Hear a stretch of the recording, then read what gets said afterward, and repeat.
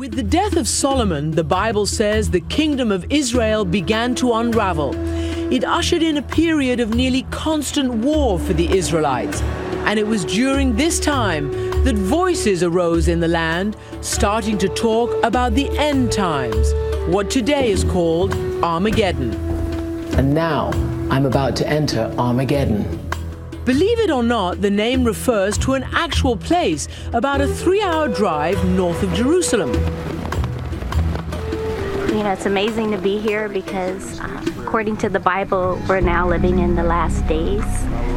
Armageddon is the Greek name for this ancient city. In Hebrew, it's called Megiddo.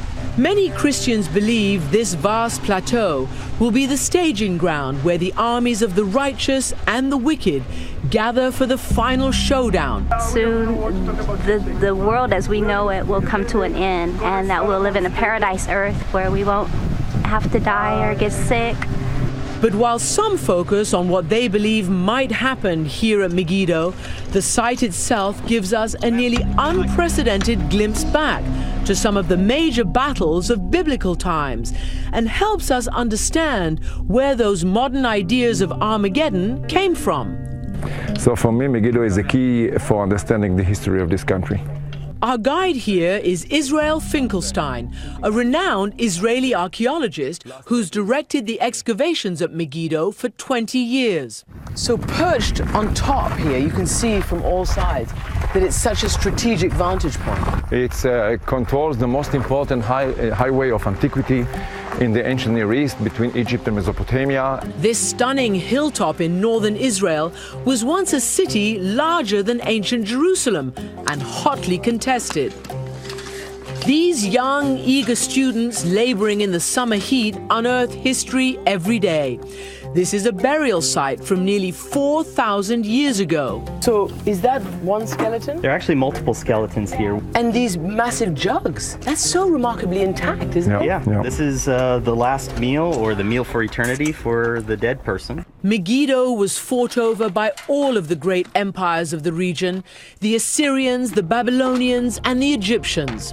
It's very deep here. Yes, and also the amazing accumulation of layers. And each victor would build on top of their vanquished foe, providing Finkelstein and his crew with an abundance of evidence from 1200 to 700 BC. So we got about, what, 500 years 500 years. Us? The turbulent period of King David and King Solomon, as well as their heirs. In these 500 years, there were 4 major destruction layers at Megiddo because of big wars. The wars brought turmoil. Rioting broke out. Think of America in the 1960s, and at times like these, amid the unrest and confusion, there are always a few distinctive voices that capture the mood of the moment. They were forced back. The people who played that role in ancient Israel are known to us now as the biblical prophets. The prophet is the one who calls us to do what is right at a time that it's so easy to do what is wrong. And the Hebrew prophets cry aloud against their own people, against their own rulers, against their own aristocracy, for their unjust dealings with the people. But they also offered hope. The prophet Isaiah comforts the king of Judah, predicting the birth of a child called Emmanuel, which literally means God is with us.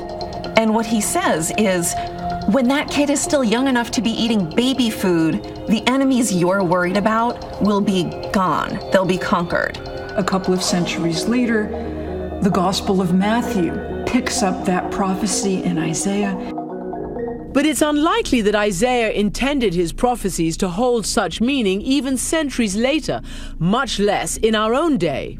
People didn't write down and pass on the stories of their families and their people in order for a bunch of Americans a couple thousand years later to learn about their own worlds. But prophets also spoke of a day when the Lord would make a new covenant. The temple would be rebuilt, and the land would be ruled by a righteous leader, a figure who came to be referred to as the Messiah, God's anointed one. This is a cemetery outside the walls of the old city of Jerusalem. In fact, this is a valley filled with cemeteries, Jewish, Christian, and Muslim, all lying side by side in death, because they all believe that the words of the prophets will be fulfilled, that the Messiah will come to this very valley, and they all want to be first in line when he raises the righteous from the dead. The valley, called the Kidron, is the final scene of that final fiery battle between good and evil, accompanied by a mass resurrection of souls who'll be gathered into God's army. And half a world away in Kansas City, Missouri, we went to meet some American Christians who are ready to enlist now. So our search has brought us to a strip mall in the Bible Belt, to a building that's called IHOP, which frankly most Americans would associate with pancakes. But they're not focused on breakfast at this IHOP. This is the International House of Prayer.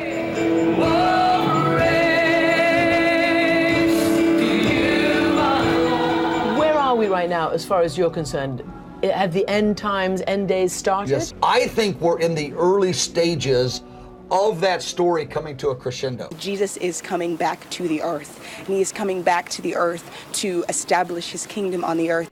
For the last 13 years, 24 hours a day, there's been a non-stop prayer service here.